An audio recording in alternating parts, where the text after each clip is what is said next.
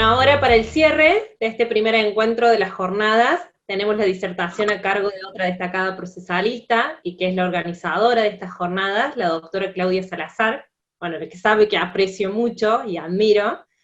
La doctora es vocal de la Cámara en lo Civil y Comercial de la ciudad de Córdoba, es miembro del Comité Ejecutivo de la Asociación Argentina de Derecho Procesal, es docente de grado y posgrado en la Universidad Blas Pascal, es doctoranda en la Universidad Nacional de Córdoba, es miembro, es directora de las diplomaturas y seminarios de Derecho Procesal Civil, es autora de numerosas obras de temas de Derecho Procesal Civil, y también es disertante en numerosas actividades académicas, profesionales, nacionales e internacionales, además de tener varios artículos publicados.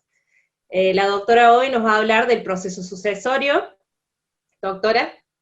Bueno, como decía Patricia, uno de los grandes dilemas que hemos tenido, sobre todo los que practicamos el derecho, ha sido esta gran lluvia de normas procesales que nos ha traído el Código Civil y Comercial de la Nación, y que nos hemos encontrado con que teníamos un código vigente en agosto del 2015, y que hoy, a 5 años de vigencia del código, tenemos muchos códigos procesales que siguen teniendo su redacción antigua y que no han amalgamado las normas, o sea que inclusive, como pasa en el tema de los poderes, tenemos normas que son contradictorias entre lo que es el código de fondo y las normas que son procesales, ¿no?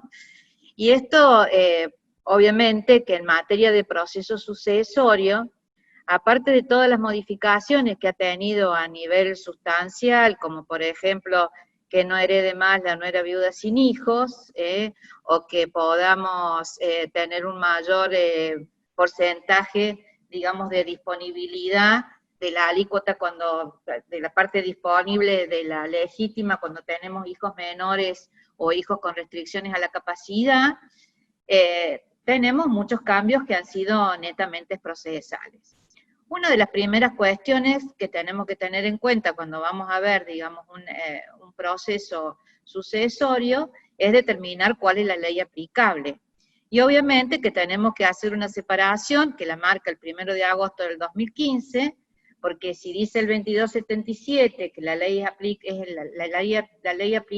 es la de la fecha de la muerte, porque es la que abre, digamos, la que tiene la apertura de la sucesión, obviamente que vamos a tener que hacer una diferencia entre los del 1 de agosto del 2015 para adelante, si rige el Código Civil, los fallecidos, y los fallecidos con anterioridad, el Código de Vélez, con independencia de la fecha en que se inicie la declaratoria o el proceso sucesorio, digamos, de manera, digamos, práctica. O sea, que lo que marca en realidad la ley aplicable es la fecha de la muerte.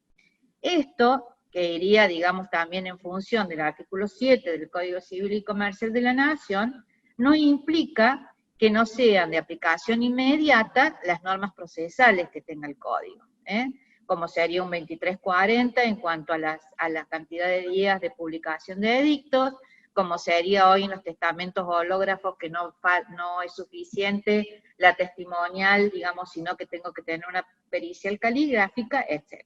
O sea, que independientemente de lo que el 7 me pueda llegar a marcar, o el 2277, de cuál es la ley aplicable de acuerdo a la fecha de la muerte, también tengo que tener en cuenta esta aplicación inmediata de las normas procesales.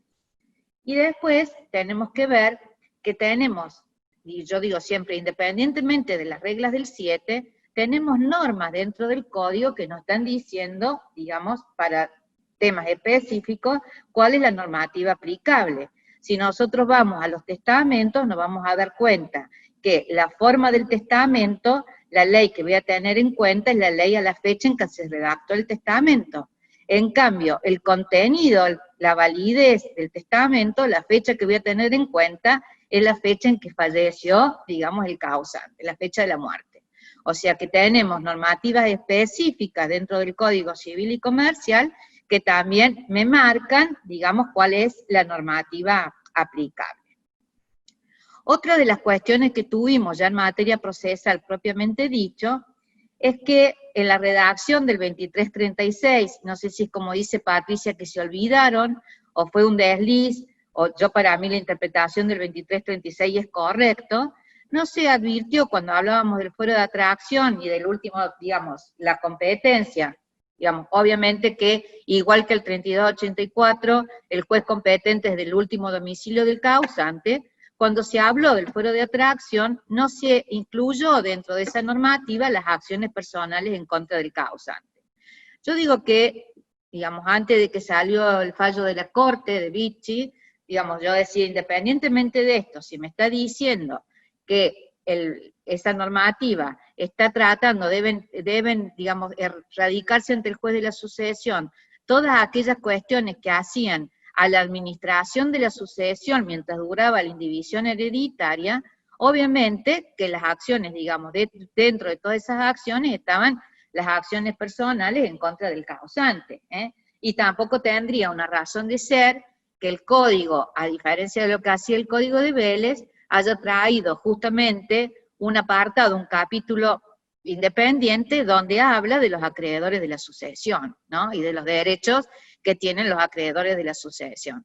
Sería, digamos, en esta interpretación exegética que nos implica el 1 y el 2 del Código Civil, sería, digamos, irrisorio no pensar que cuando el juez es un juez universal donde tiene que tener en cuenta, primero que nada, las deudas y las cargas de la sucesión, no tenga traído, digamos, a su declaratoria las acciones personales.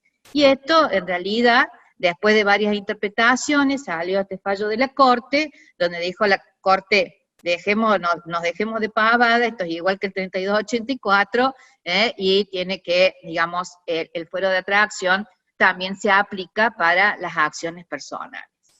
En materia de fuero de atracción, sí creo que, digamos, una cuestión que ha dirimido el Código Civil y Comercial es hasta cuándo dura el fuero de atracción. Porque hay una normativa explícita, que es el 2363 del Código Civil, que dice que la duración, digamos, del fuero de atracción es mientras dura la indivisión hereditaria. Y entonces nos tenemos que preguntar cuándo culmina. Y la norma es clara, culmina hasta que esté aprobada la partición, y en los casos en que existan bienes inmuebles o muebles registrables, hasta que esos, digamos, bienes se encuentren inscritos registralmente a nombre de los herederos. O sea, que hasta ese momento existiría esa indivisión hereditaria, con lo cual, digamos, sería la duración del fuero de atracción.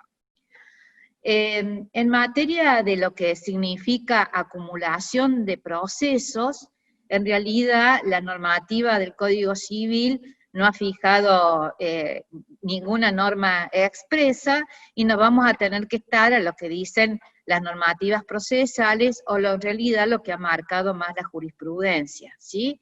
En materia, digamos, de dos sucesiones a intestato, independientemente que la regla en la acumulación sea el primero que se ha iniciado, en materia procesal de, digamos, sucesoria, siempre se ha considerado que debe tenerse en cuenta, digamos, o debe primar el que se encuentre más avanzado en el trámite, ¿no? O sea, ha quebrado un poco la regla de la acumulación de los procesos generales. Y esto ha sido una cuestión que la jurisprudencia la ha avalado, digamos, últimamente en casi todas, digamos, las provincias, por lo menos de nuestro país.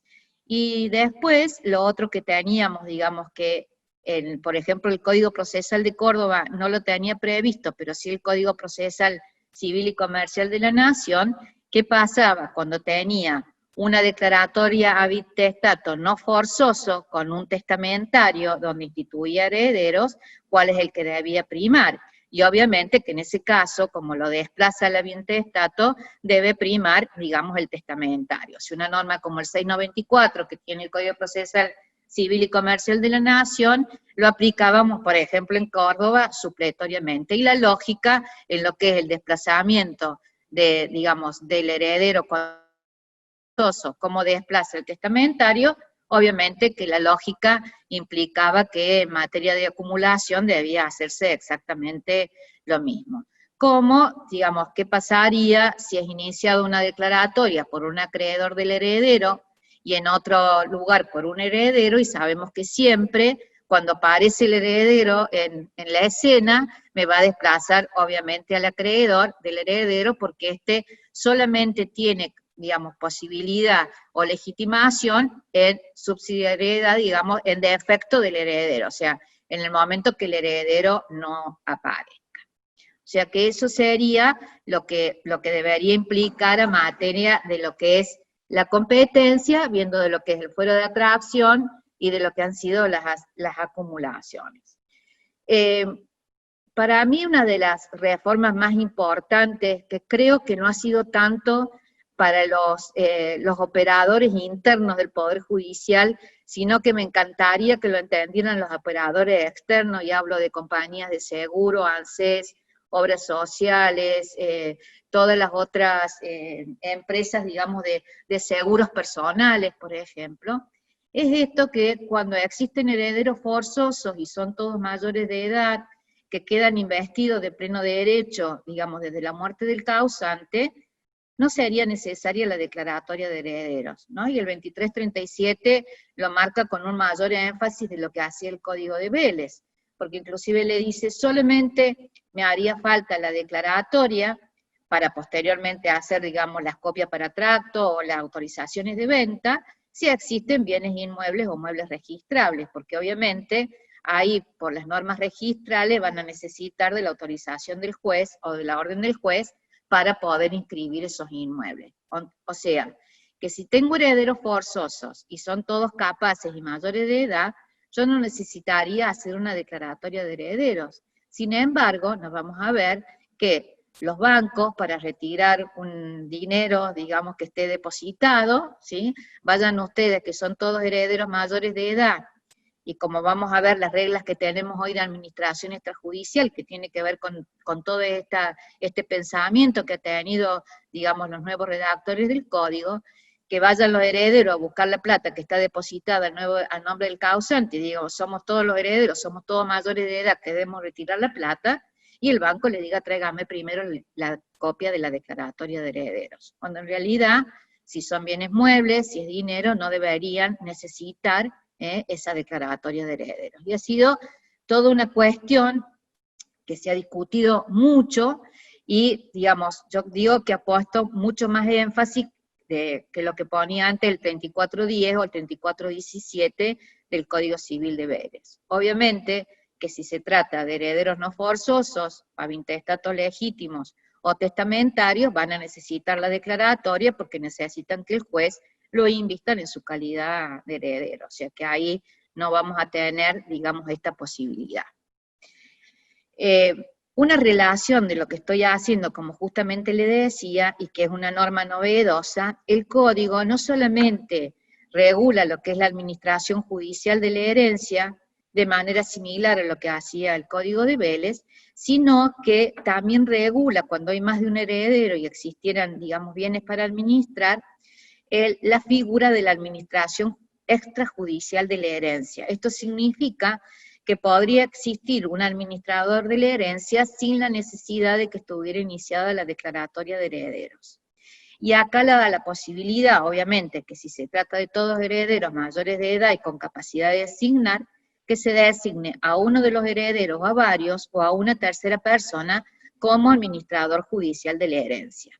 Y acá media todo el problema, porque dice siempre y cuando no exista oposición, porque también yo tengo o este nombramiento, que podríamos hacerlo por vía notarial, o digamos por un instrumento privado, y también tengo aquel heredero que va y se erige, digamos, como administrador, se presenta en cualquiera de estas instituciones y dice, acá los herederos somos fulanito, sultanito y menganito, somos todos mayores de edad, y yo vengo y manifiesto que no hay oposición de los otros herederos para que yo realice actividades. Siempre pensemos que deben ser actividades de administración y no de disposición, porque para las actividades de disposición van a necesitar, obviamente, la autorización del juez. Esto que para mí es una herramienta buenísima para evitar los gastos que significa una declaratoria de herederos, fíjense que no lo hemos entendido internamente, digo yo, ¿cómo le vamos a exigir externamente que no me sigan exigiendo la declaratoria? ¿Y de qué hablo? Si me siguen exigiendo una declaratoria para cobrar una plata que tiene que cobrar el causante, digamos, que debería cobrar, y que puede ir un heredero forzoso con la partida de función y su partida de nacimiento, y decir, acá vengo yo a cobrar la plata, y me le siguen exigiendo la declaratoria de herederos, diciendo, yo no sé si son todos los herederos, y no me parten de la premisa, que siempre la declaratoria no hace cosa juzgada material, sino formal, y es sin perjuicio de terceros. Obviamente que si seguimos pidiendo una declaratoria como si fuera que hiciera cosa juzgada material y me diera la seguridad totalmente jurídica de que no van a existir más herederos, estamos, digamos, equivocados en el pensamiento de lo que implica realmente un auto de declaratoria de herederos. Todo esto, que me parecen normativas fantásticas, nos ha costado mucho que se pongan en funcionamiento. Fíjense que hasta este administrador extrajudicial podría tomar medidas urgentes, de las que tenemos casi todos los códigos procesales establecidos, digamos, que deben pedirlo al juez a esas medidas urgentes. Si existe encima dinero en el acervo hereditario, podría tomarlo ese heredero, dice el código, como si fuera un gestor oficioso, o un mandato tácito, podría tomarlas a las medidas y después rendirle cuenta, obviamente, a los otros herederos. Esto que marca el código al decir de la no necesidad de la declaratoria de herederos, tiene, digamos, es muy clara con todas las otras medidas que ha tomado el código. Y sin embargo, vuelvo a insistir, la seguimos pidiendo. Lo otro que obviamente que marca el código, y fíjense cómo se ha inmiscuido en todo lo que es el tema procesal, que define lo que es el proceso sucesorio y define qué es lo que persigue el proceso sucesorio. Una norma del código de fondo define qué es lo que persigue el proceso sucesorio en sí. Y obviamente es determinar, digamos, quiénes son los herederos, cuál es el acervo hereditario que existe. Como saben, las reglas que tienen el juez es pagar primero lo que antes llamábamos cargas de la sucesión, las deudas y las cargas de la sucesión, después entregar los legados y después repartir los bienes a los herederos. Eso ha sido, digamos, el caminito que debía seguir siempre el juez. En materia de legitimación, tenemos una norma, que es el 2364 hoy del Código, que viene a marcar, digamos, quiénes son los legitimados para iniciar la partición, que serían los mismos legitimados para iniciar la declaratoria de herederos. Y en realidad pone en cabeza lo que la mayoría de los códigos procesales tiene como legitimados. Lo que sí difiere, por lo menos de lo que era, digamos, de lo que era el 3314, es que cuando va el heredero, el acreedor del heredero en defecto de ¿sí?, el emplazamiento que marcaba el 3314, que podía hacerse en forma extrajudicial, ahora ese emplazamiento al heredero para que acepte o repudie la herencia debe hacerse judicialmente. O sea, es como que le tendría que pedir yo como acreedor del heredero una medida anticipada al juez, y sería este emplazamiento para la aceptación o renuncia de la herencia, que tiene un plazo marcado por el 2289 que se puede superar, digamos, se puede adicionar por una vez más. O sea que esto para mí es una modificación importante. Cuando habla del cesionario, obviamente que ustedes saben que al cesionario no lo nombro heredero, sino al cedente. El cesionario entra recién en el proceso sucesorio propiamente dicho, cuando voy a repartir los bienes, pero sí tenemos una normativa de fondo que ha tratado mucho los efectos de la cesión, y eso en materia práctica es muy bueno, digamos, tenerlo en cuenta, porque me establece cuáles serían, desde cuándo se cumplen los efectos de la cesión de derechos hereditarios, y serían desde que se presentan en el expediente. Es una cuestión que antes avalaba la jurisprudencia y que hoy lo tenemos plenamente dispuesto en el Código Civil del 2302 al 2309. O sea que en materia de legitimación, para mí es eso.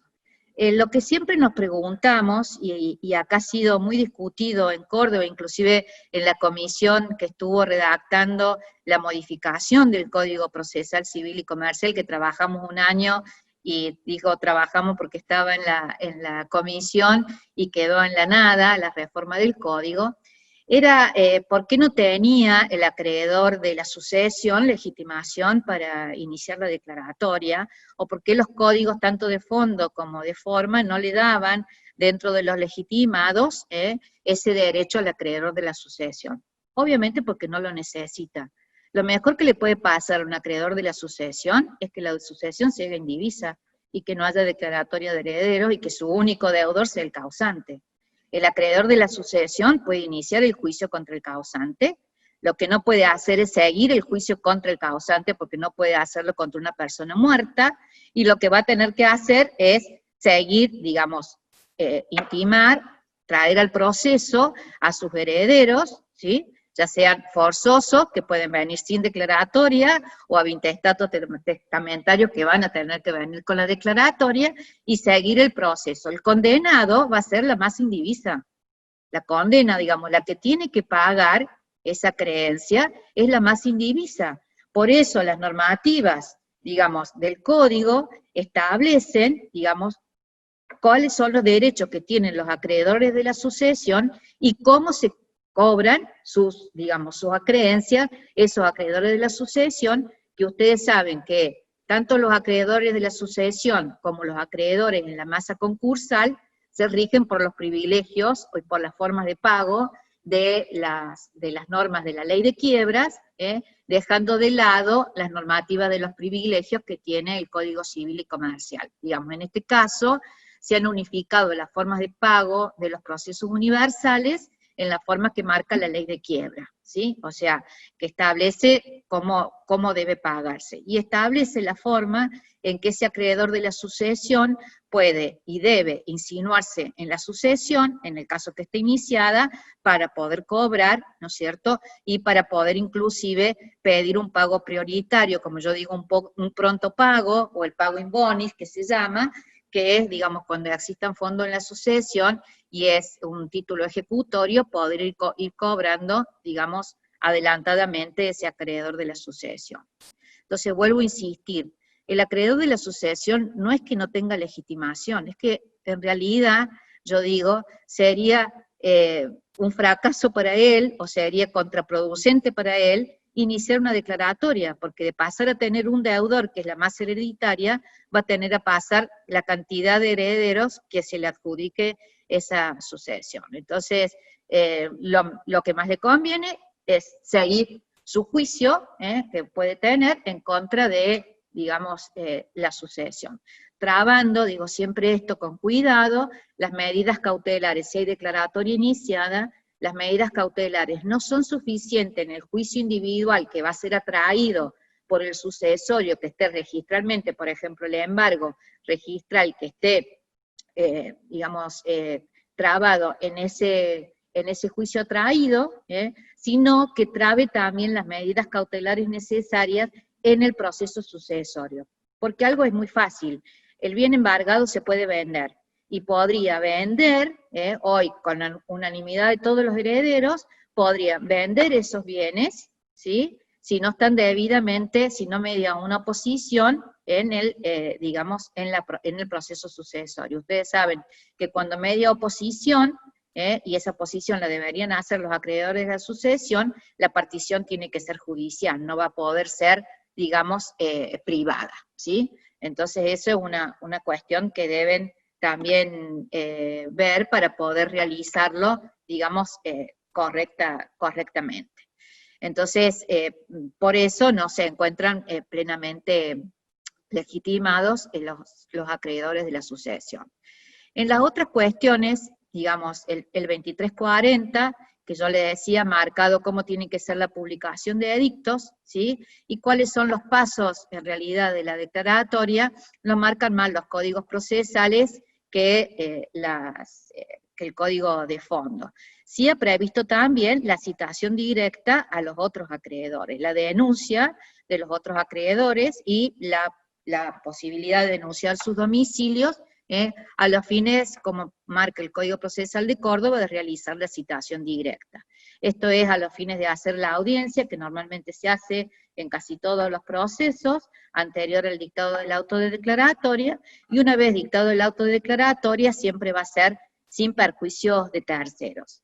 Este sin perjuicio de terceros, y cuando adquiere firmeza el auto de declaratoria de herederos, la cuestión más controvertida que tiene esto y la firmeza del auto declaratoria de herederos, no es para continuar, fíjense, tanto el proceso sucesorio, sino que lo más controvertido a nivel jurisprudencial ha sido desde cuándo corre el 10-ACO para la prescripción de los honorarios del abogado que ha intervenido en el trámite de la declaratoria de herederos. Eso ha sido, en realidad, el problema más controvertido que hemos tenido, que en Córdoba el Supremo ha seguido, ¿no es cierto?, con la teoría que tiene de pistones de Bosa, desde el año 2000 aproximadamente, en que digamos, antes eran 2 y 5 años para pedir la regulación, si habían cesado o si seguían interviniendo, y hoy saben que la unificación del código es que sean 5 años para,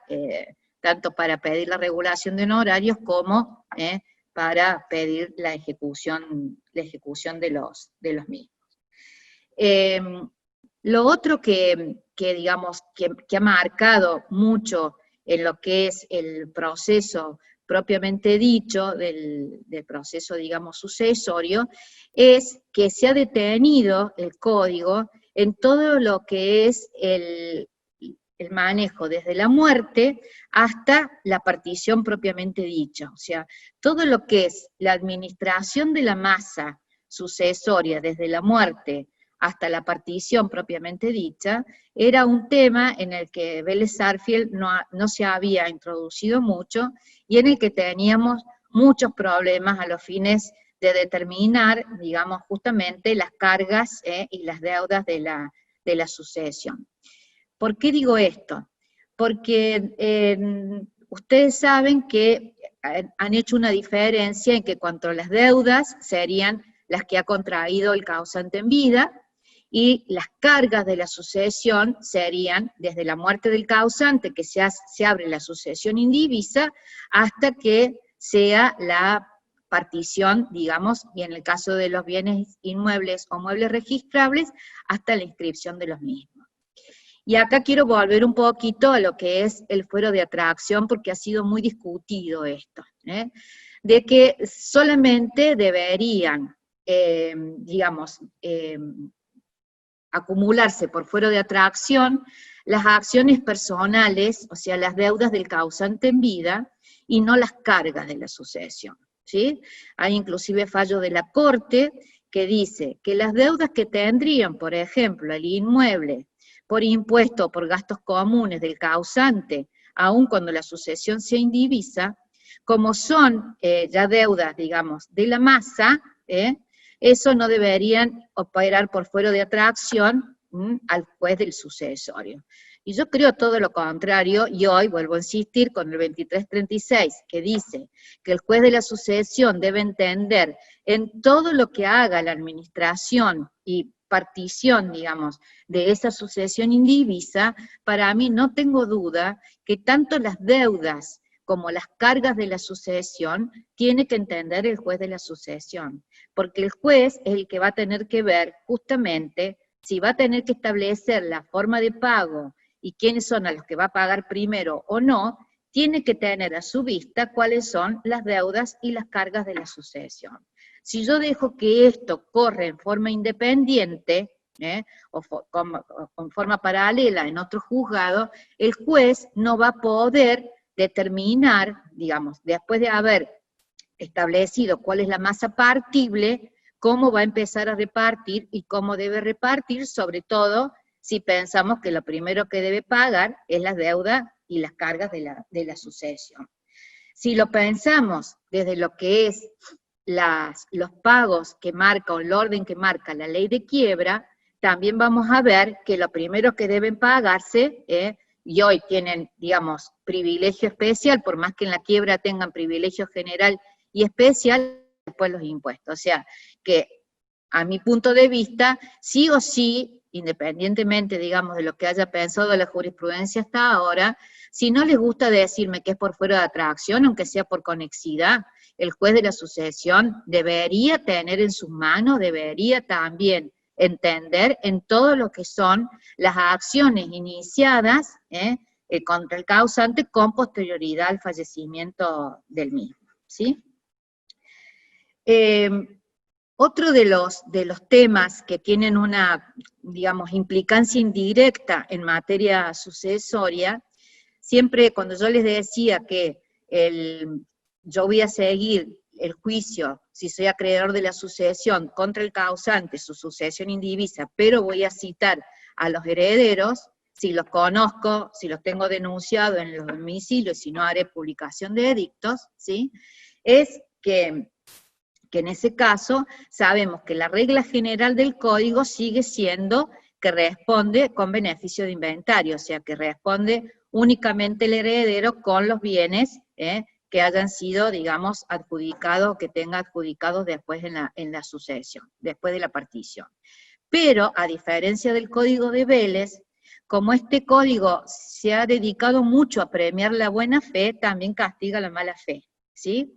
Y acá ha establecido una normativa que dice que cuando el heredero haya, digamos, maliciosamente ocultado bienes, exagerado deudas o acreencias, a los fines de estafar o defraudar a otros acreedores, los herederos en esos casos van a responder ilimitadamente también con sus bienes.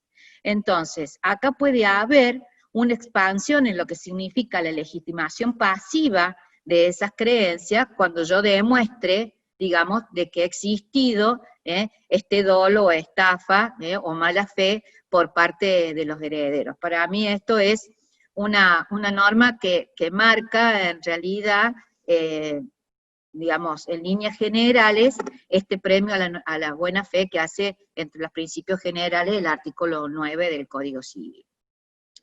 Y otras cuestiones, digamos, que se ha encargado y con mucha precisión el código, que el Código de Vélez no lo hacía, es determinar las distintas formas de partición, ¿sí?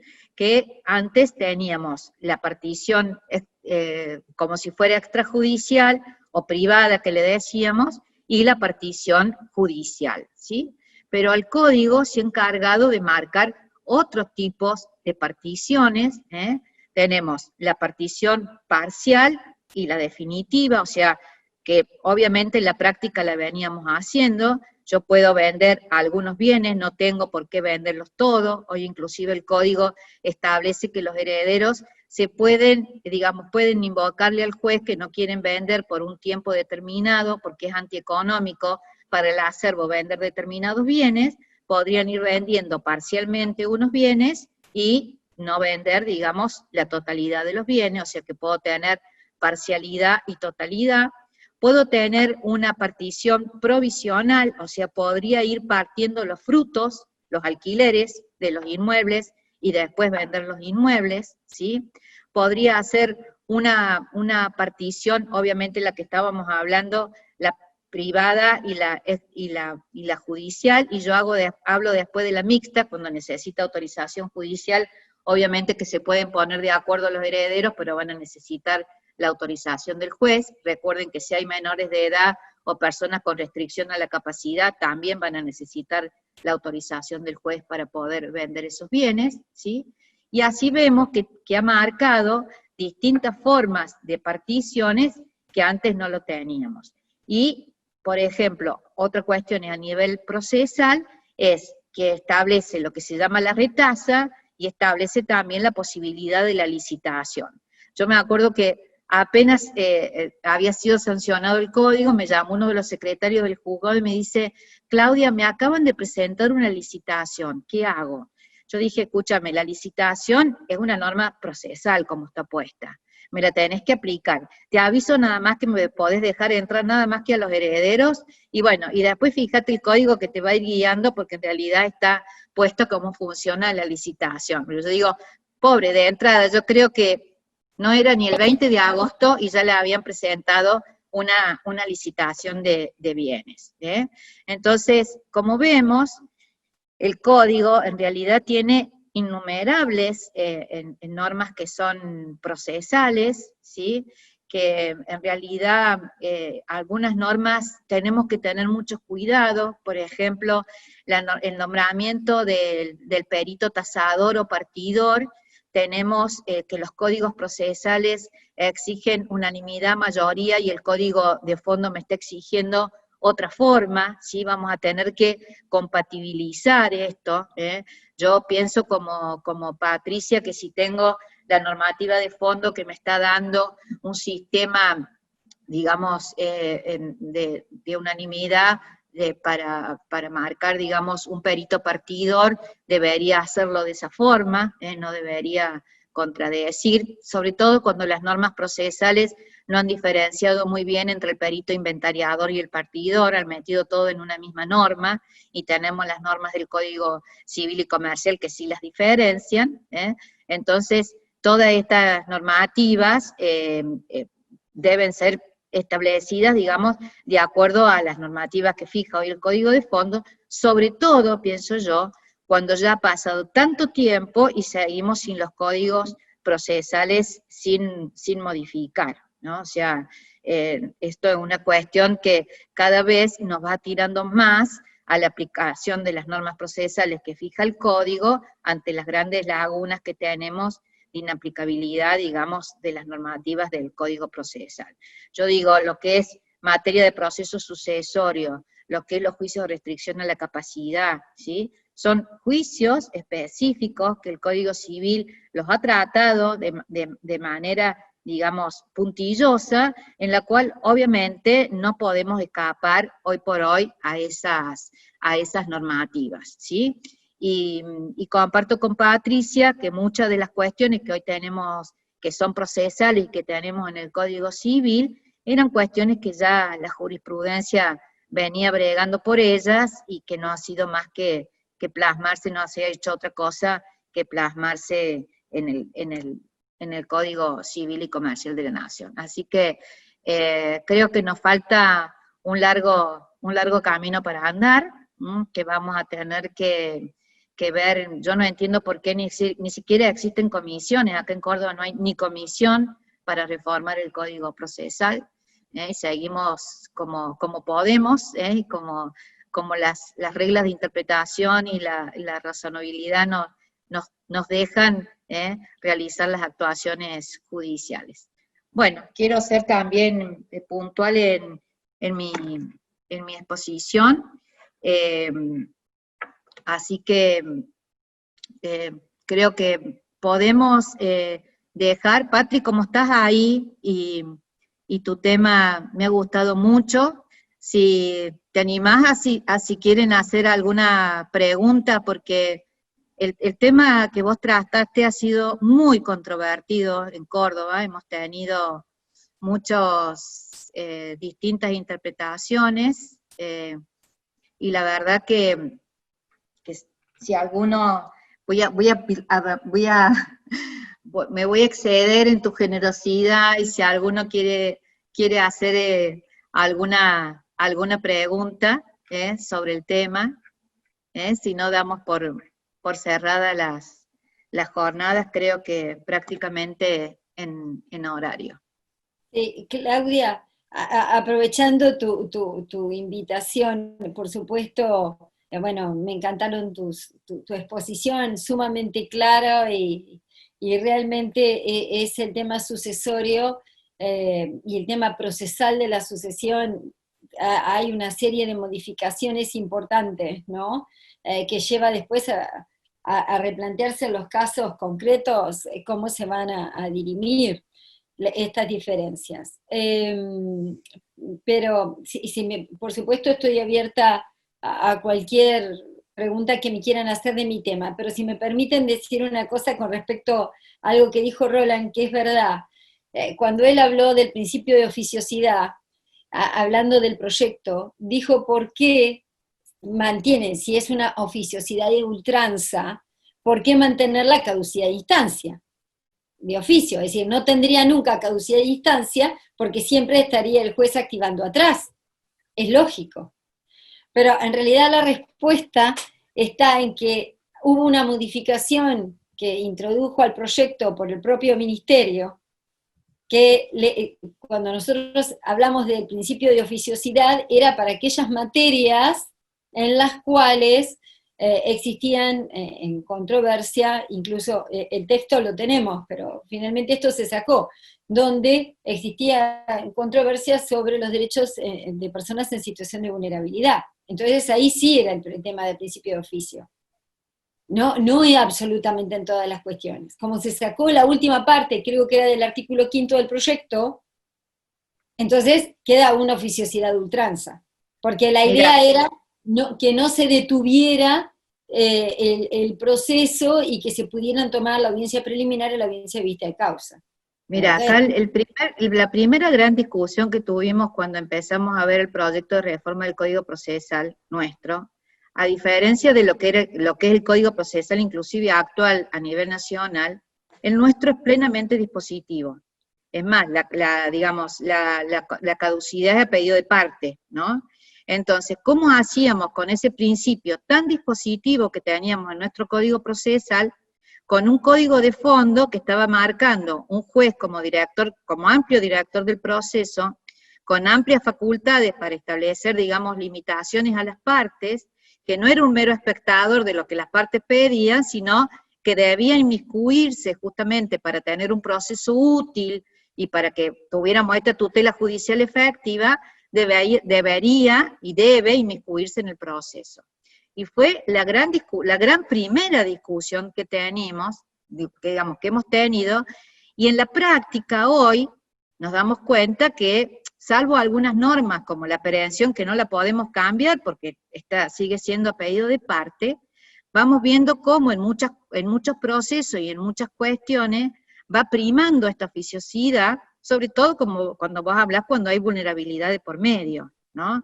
O sea, los juicios de restricción a la capacidad, si vos ves Código Civil versus Código Procesal, obviamente que no cumplen con ninguna de las reglas del Código Civil, ni con los principios convencionales de los tratados, digamos, de los tratados de las personas con discapacidad. Ninguno, ni las reglas de Brasilia, ni nada, ¿me entiendes? Entonces, obviamente que te tenés que ir a esas normativas y trabajarlo oficiosamente, porque no te va a quedar otra, ¿eh?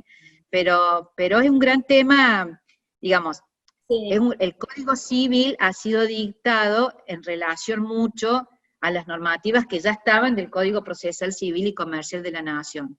Y hay muchas provincias que están, digamos, que han tomado directamente el código. Sabes que siempre Córdoba ha querido ir por otro camino, siempre, yo digo, ¿por qué lo ha hecho, no es que ha querido, lo ha logrado. ¿Por qué no nos adherimos directamente al Código Procesal Civil y Comercial de la Nación y dejamos, porque inclusive vamos con jurisprudencias encontradas, obviamente, inclusive te encuentras con un montón de fallos que toman jurisprudencia de las cámaras nacionales, sin tener en cuenta que el código nuestro es totalmente distinto a lo que se maneja a nivel nacional. Entonces, todo eso, pero yo no tengo duda que lo que debe primar es el juez como director del proceso, no hay otra forma de entender al juez hoy. Sí, yo creo lo mismo. Ustedes saben que esto de poder estar escuchando, ¿no? Hay tantas conferencias. Escuché a un autor que está en las antípodas de las consideraciones que nosotros en general hacemos, y él explicaba esto. Es decir, yo creo que necesitamos un juez activista, no un juez que reemplace a la parte, cuando esta parte es adulta, capaz, tiene su representación, no que la reemplace, pero sí que actúe como director del proceso, para tratar de lograr una decisión que se ajuste a lo más próxima, en la forma más próxima posible a lo que es la verdad. No como dice Michele Tarufo, que finalmente la sentencia, cuando la dicta el juez, toma la historia mejor contada. Pero bueno, hacia allá vamos con el principio de transparencia, el principio de decir verdad, de buena fe, todos estos principios que nombró Roland. Pero escuchando a una persona que estaba en contra de la intervención oficiosa del juez, decía lo siguiente. Yo les digo lo que decía y yo les voy a decir cambiándolo con mis palabras, ¿sí? Porque por supuesto pueden estar todos en desacuerdo, tienen el canal abierto como para encender el micrófono y debatirlo. Decía lo siguiente: es importante que el juez actúe de oficio, pero no siempre. Bien, es importante que el juez sea medido, porque hay cosas que está bien y cosas que está mal. Ahora yo le pregunto lo siguiente, ¿no? A esta persona, que por supuesto queda en la retórica. ¿Está bien o está mal? ¿Cuál es la medida? ¿Lo que me viene bien a mí? Entonces, en realidad tendría que haber con un parámetro de cierta mesura en intervenir, mesura que está dada por el sentido común de llevar a buen término un expediente, un litigio. Como hoy decía Jorge Rojas, resolver la contienda, no solamente el expediente. ¿Cuántas veces se dictan sentencias en juicios donde finalmente no se resuelve nada y se quedan con muchas más dudas de las que tenían? Entonces, y después de años de litigio. Entonces, ¿realmente fuimos útiles? Entiendo que no. Entonces, lo que vos decís, de los debates en Córdoba por la reforma procesal, yo creo que es esto, realmente cuando uno tiene la oportunidad de escribir historia, ¿no? Como es, en cierta medida, proyectar un código, es sumamente importante y hay muchos que están absolutamente convencidos de sus ideas. Lo importante es lograr un resultado de consenso, ¿no? Absolutamente en todo. Y ser comprometido.